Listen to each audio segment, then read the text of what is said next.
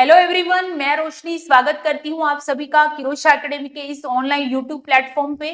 तो अगेन आप लोगों के लिए इंपॉर्टेंट जेके एसएसबी से रिलेटेड एमसीक्यू पीडियाट्रिक के क्वेश्चन मैं आपके लिए लेकर आई हूँ, जो आपके एग्जाम के लिए काफी ज्यादा यूजफुल रहने वाले हैं। तो चलिए स्टार्ट करते हैं एमसीक्यू को। ज्यादा से ज्यादा इसको शेयर जरूर करिएगा। तो फर्स्ट क्वेश्चन आपके सामने है यहाँ पे, while examining a new born a nurse measure the distance from the head to the symphysis pubis upper segment and from the symphysis pubis to the feet lower segment. What is the typical upper to lower body segment ratio पूछा गया है। यहाँ पे upper to lower body का ratio कितना होता है ये पूछा गया है, वो भी न्यू बॉर्न के अंदर। किसमें? न्यू बॉर्न में पूछा गया है। आंसर करिएगा, क्या राइट आंसर यहाँ पर रहेगा। एवरीवन क्लास को शेयर करना है और साथ में आपको आंसर्स भी करना है, ठीक है। सो बहुत सिंपल सी बात यहाँ पे पूछी गई है, एग्जाम की पॉइंट ऑफ व्यू से भी बड़ा इंपॉर्टेंट है, ठीक है ना। तो आप आंसर करिए, क्या राइट आंसर यहाँ पे हमारा रहने वाला है। न्यू बॉर्न के रिगार्डिंग पूछा गया है तो क्या आंसर रहेगा। तो देखिए, अगर मैं अपर टू लोअर बॉडी की अगर मैं बात करूं तो ये 1.3:1.0 जो होता है ये ओल्डर चिल्ड्रन में होता है। किसमें होता है? तो आपको भूलना नहीं है, ये ओल्डर चिल्ड्रन जो होते हैं उसके अंदर होता है 1:1, यानी कि अपर एंड लोअर दोनों बराबर होते हैं। किसके अंदर? एडल्ट के अंदर। और 1.7 से 1.0 जो होता है ये न्यू बॉर्न का होता है। किसका होता है? न्यू बॉर्न का। तो यहाँ पे करेक्ट आंसर हमारा क्या रहेगा? ए।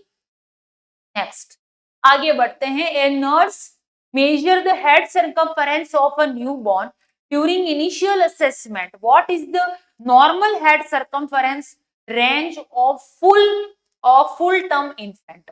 फुल टर्म इन्फेंट के अंदर नॉर्मल हेड सर्कमफरेंस कितना होता है ये पूछा गया है। तो आप आंसर करिएगा, क्या राइट आंसर यहाँ पे रहेगा। Everyone head circumference and chest circumference के बारे में थोड़ा बता देती हूं मैं, बहुत इंपॉर्टेंट है। तो हेड सर्कमफरेंस नॉर्मली जो होता है 33 से 35 सेंटीमीटर होता है, और 30 से लगा के 33 सेंटीमीटर जो रहता है at the time of birth chest circumference होता है। 1 ईयर के अंदर ये दोनों इक्वल हो जाते हैं। क्या हो जाते हैं? 1 ईयर के अंदर ये इक्वल हो जाता है। उसके बाद में chest circumference is greater than head circumference, ठीक है। उसके बाद चेस्ट सर्कमफरेंस जो है वो बढ़ता जाता है, ठीक है। तो यहाँ पे करेक्ट आंसर हमारा क्या होगा? वेरी इजी क्वेश्चन, 33 से 35 centimetre is the normal head circumference. Next है, a term neonate develop rapid breathing 2 hours after birth and diagnosed with transient tachypnea of the newborn TTN. What nursing action is appropriate? कौन सा nursing action appropriate रहेगा अगर newborn में transient tachypnoea हो रहा है तो? चलिए आंसर करिएगा। तो इसके अंदर क्या होता है?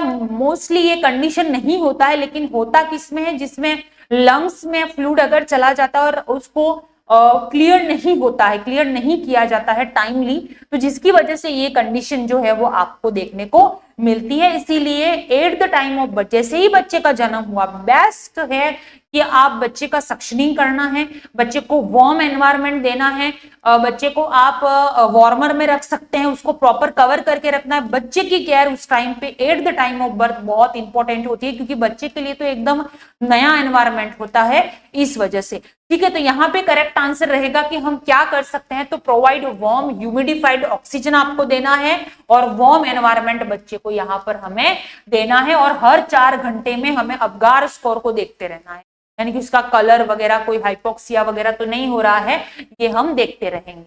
नेक्स्ट है, pregnant woman with RH negative blood type carry an RH positive foetus if not properly managed His incompatibility can lead to serious complication in a newborn. Which of the following condition can result from RH factor incompatibility? Answer करिएगा।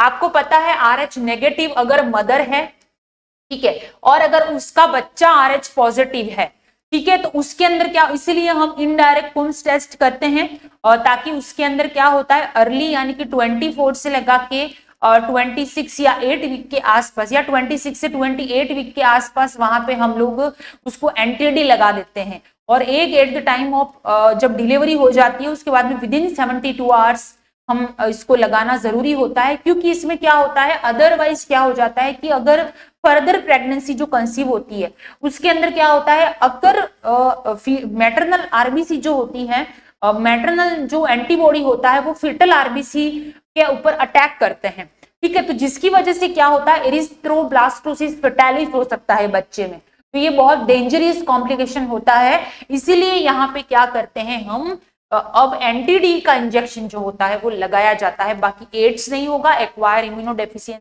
Syndrome. और ये देखना, ये question इतना ज्यादा important है, हर exam में ये क्वेश्चन आजकल आ रहा है, ठीक है। और रोगाम लगाते हैं, याद रखना, रोगाम के नाम से इंजेक्शन होता है। प्रेगनेंसी में 26 से 28 वीक के अंदर इसको लगाते हैं। लगाने से पहले इनडायरेक्ट कुम्स टेस्ट करते हैं, मैटरनल प्लाज्मा मैटरनल ब्लड से किया जाता है, उसमें ऐसे कोई एंटीबॉडी है या नहीं ये चेक किया जाता है, और उसी से बच्चे का ब्लड ग्रुप भी चेक करते हैं, ठीक है। टर्नर सिंड्रोम यहाँ पे नहीं होगा, ठीक है। सिकल, ये क्रोमोसोमल एबनॉर्मलिटी वाला है। सिकल सेल एनीमिया यानी कि सेल सिकलिंग शेप हो जाती है, जेनेटिक कंडीशन है आरबीसी में डिफेक्ट की वजह से। और एड्स आपको पता है एचआईवी से होता है। जेकेएसएसबी की प्रिपरेशन कर रहे हो अगर आप, तो कोर्स एंड टेस्ट सीरीज दोनों अवेलेबल है। अपने आप को असिस्ट कीजिए, अपने वीक एरिया पे काम कीजिए, तो आप इस नंबर पे हमें कॉन्टेक्ट कर सकते हैं। नेक्स्ट आगे बढ़ते हैं।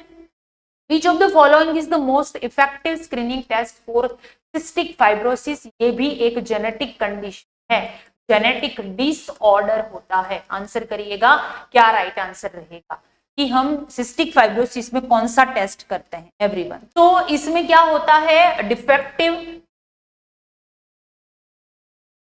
Chloride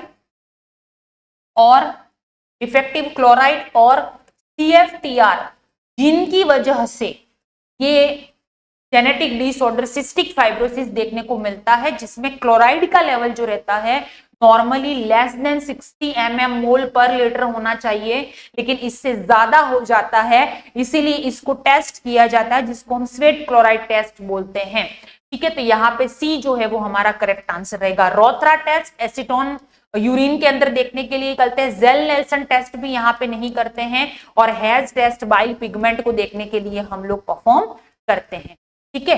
next, A ventricular shunt is mainly used in the treatment of which condition? Ventricular shunt जो होता है, ठीक है, वो यूज करते हैं किसमें? आंसर करिएगा, वेंट्रिकुलर पेरिटोनियल शंट भी यूज करते हैं, यानी कि वेंट्रिकल से लगा के पेरिटोनियम एब्डोमिनल कैविटी जो होता है वहां पे सीएसएफ या फ्लूइड को ड्रेन करवाते हैं, कि सीएसएफ का एक्यूमुलेशन ब्रेन में हो जाता है और वो फिर ना एब्जॉर्ब हो पाता है ना ड्रेन हो पाता है, तो उसको किसी भी तरीके से बॉडी से बाहर तो निकालना पड़ेगा। यही ट्रीटमेंट होता है हाइड्रोसिफेलस का, इसमें सीएसएफ का एक्यूमुलेशन होता है, एब्जॉर्प्शन प्रॉपर नहीं होता, या फिर कोई ऑब्स्ट्रक्शन की वजह से ऐसी चीज हमें देखने को मिलती है, ठीक है। तो जिसके अंदर वेंट्रिकुलो पेरिटोनियल शंट हम लोग लगाते हैं इसके अंदर, बच्चे के अंदर, ताकि उसको हम ड्रेन कर पाए। तो किसमें होता है? सिंपल सी बात है, हाइड्रोसिफेलस के अंदर ये देखने को मिलता है। कार्डियोमेगली नहीं, कार्डियोमेगली मतलब कि enlargement of the heart, liver failure में भी नहीं, प्लूरल इफ्यूजन में भी नहीं, हाइड्रोसिफेलस में ये कंडीशन हमें देखने को। नेक्स्ट है, which piece of equipment is essential to keep at the bedside for a child admitted with tetralogy of Fallot? Answer करिएगा, टॉफ। क्या राइट आंसर रहेगा एवरीवन? क्लास को शेयर करिए और साथ में आंसर भी करिए। तो टॉफ नाम से ही आपको पता चल गया होगा, बहुत बार आपने पढ़ा होगा, टेट्रालॉजी ऑफ फैलेट एक तरह की कंजेनाइटल हार्ट डिजीज। कैसी डिजीज है? Congenitally cyanotic heart disease. इसका मतलब ये है, एक तो कंजेनाइटली होता है ये बर्थ से, दूसरा चीज ये होता है कि ये जो क्या होता है टेट्रालॉजी ऑफ फैलेट, तो मैं आपको सबसे पहले तो ये बता दूं। तो देखिए, नॉर्मली आपको पता है कि फीटल सर्कुलेशन जो होता है, ठीक है, फीटल सर्कुलेशन के अंदर जो यहाँ पे जैसे कि राइट एट्रियम हो गया, ठीक है, राइट एट्रियम के बाद में ये हो गया आपके लेफ्ट एट्रियम, राइट एट्रियम और लेफ्ट एट्रियम के बीच में ये होल प्रेजेंट रहता है, यानी कि इधर से उधर ब्लड जाता है, राइट टू लेफ्ट साइड में ब्लड जाता है, इसको हम फोरामेन ओवल बोलते हैं। लेकिन जैसे ही बच्चे का बर्थ होता है ये फोरामेन ओवल क्लोज हो जाता है, एडल्ट सर्कुलेशन में आपको यहाँ पर कोई गैप नहीं दिखेगा, यानी कि ब्लड मिक्स नहीं होता है एडल्ट सर्कुलेशन में।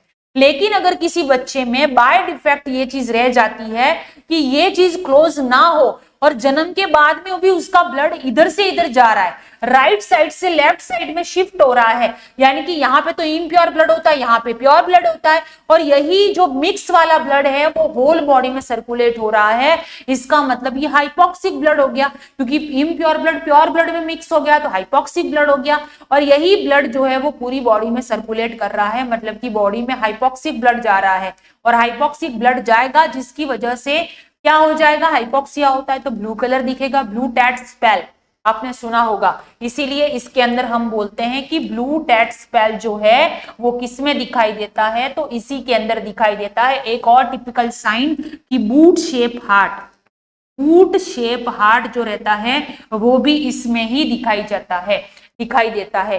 ठीक है, तो यहाँ पे करेक्ट आंसर हमारा क्या रहेगा कि अगर टैट स्पेल हो रहा है, हाइपोक्सिक हो रहा है, तो क्या चाहिए भाई, हमें क्या चाहिए, ऑक्सीजन सेटअप पास में ही चाहिए ताकि हम तुरंत बच्चे को ऑक्सीजन लगा पाए। ठीक है ना, तो यहाँ पे करेक्ट आंसर हमारा ए रहेगा। नेक्स्ट है, what is the medical term used to describe the condition where the intestine twist around itself causing obstruction. अपने आप इंटेस्टाइन अगर ट्विस्ट हो रही है तो उसको क्या बोलेंगे, आंसर करिएगा। यस, तो अपने आप ट्विस्ट होती है उसको क्या बोलते हैं, क्या हर्निएशन ऑफ द बॉवेल, इसमें तो ऑर्गन का प्रोट्रूजन हो जाता है बॉवेल के अंदर, तो ये भी नहीं होगा। इंटेस्टाइनल अडहेशन क्या होगा इसके अंदर, जिसको तो हम इंट्यूससेप्शन बोलते हैं, क्या बोलते हैं, इंट्यूससेप्शन बोलते हैं।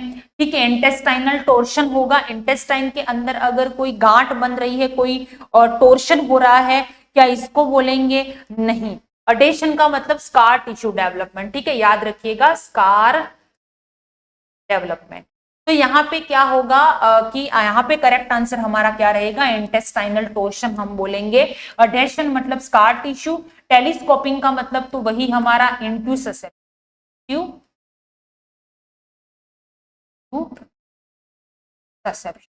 ठीक है, जेली लाइक स्टूल वगैरह देखने को मिलता है ना, वो वाला ये होता है। ठीक है, तो यहाँ पे इंटेस्टाइनल टोर्शन होता है जिसके अंदर क्या होता है, अपने आप इंटेस्टाइन ट्विस्ट हो जाती है, और इसकी कॉम्प्लिकेशन से नेक्रोसिस वगैरह होता है, इश्चेमिया वगैरह देखते कि ब्लड सप्लाई इंटरप्ट हो जाएगी, तो ये चीजें हमें देखने को मिलती है। तो यहाँ पे सी जो है वो हमारा राइट आंसर रहेगा। नेक्स्ट, आगे बढ़ने से पहले जेकेएसएसबी स्टाफ नर्स की और अगर जूनियर स्टाफ नर्स एंड की तैयारी अगर आप कर रहे हैं तो ऐप पर टेस्ट सीरीज अवेलेबल है, उसको जरूर ज्वाइन कीजिएगा। टेस्ट सीरीज आपके वीक एरिया पे काम करेगी और आपको एग्जाम से पहले असिस्ट भी करवाएगी, तो आप हमारे नंबर पे कांटेक्ट कर सकते हैं। नेक्स्ट है, which of the following is a typical clinical sign of an imperforated anus in one. Imperforated anus में टिपिकल क्लिनिकल साइन क्या होता है, ये पूछा गया है, तो आप आंसर करिएगा, क्या राइट आंसर यहाँ पर रहेगा। यस एवरीवन, तो इम्परफोरेटेड एनस जो होता है इसके अंदर क्या होता है, कंजेनाइटली ही जो एनाल वाला एरिया होता है वो या तो बनता ही नहीं है या बना हुआ है तो ब्लॉक्ड होता है, क्योंकि विद इन 24 आवर अगर बच्चा कोई स्टूल पास नहीं करता है तो ये सस्पेक्टेड होता है। क्लियर है, तो absence of meconium pass with in 24 hour after birth, तो ये इंडिकेट करता है इम्परफोरेटेड एनस को। बाकी vomiting of Biles and faeces ये भी नहीं होगा, जेली लाइक स्टूल यहाँ पे नहीं होगा, करंट जेली लाइक सेक्शन में होता है, और sausage shape mass failed in the upper right of abdomen ये भी नहीं होगा, तो यहाँ पे सी करेक्ट आंसर हमारा रहेगा। नेक्स्ट है, which method based on a classical conditioning principle is commonly used to manage bed wetting nocturnal enuresis in children. बच्चा 5 साल के ज्यादा हो चुका है फिर भी अगर बैड वेटिंग वगैरह करता है, नॉक्चुरिया, ठीक है, उसको है, तो क्या करना चाहिए, ये पूछा गया है, आंसर करिएगा। चलिए आंसर करिएगा। एक और चीज मैं आपको बताना रह गया, यहाँ पे बता देती हूँ, ये सोसेज शेप मास जो होता है ये भी इंट्यूससेप्शन, जेली लाइक स्टूल और सोसेज शेप मास, ये दोनों इंट्यूससेप्शन में होते हैं, जेली लाइक स्टूल याद रखिएगा, और बाइल्स एंड वॉमिटिंग ये डिओडिनल अट्रेशिया में होता है,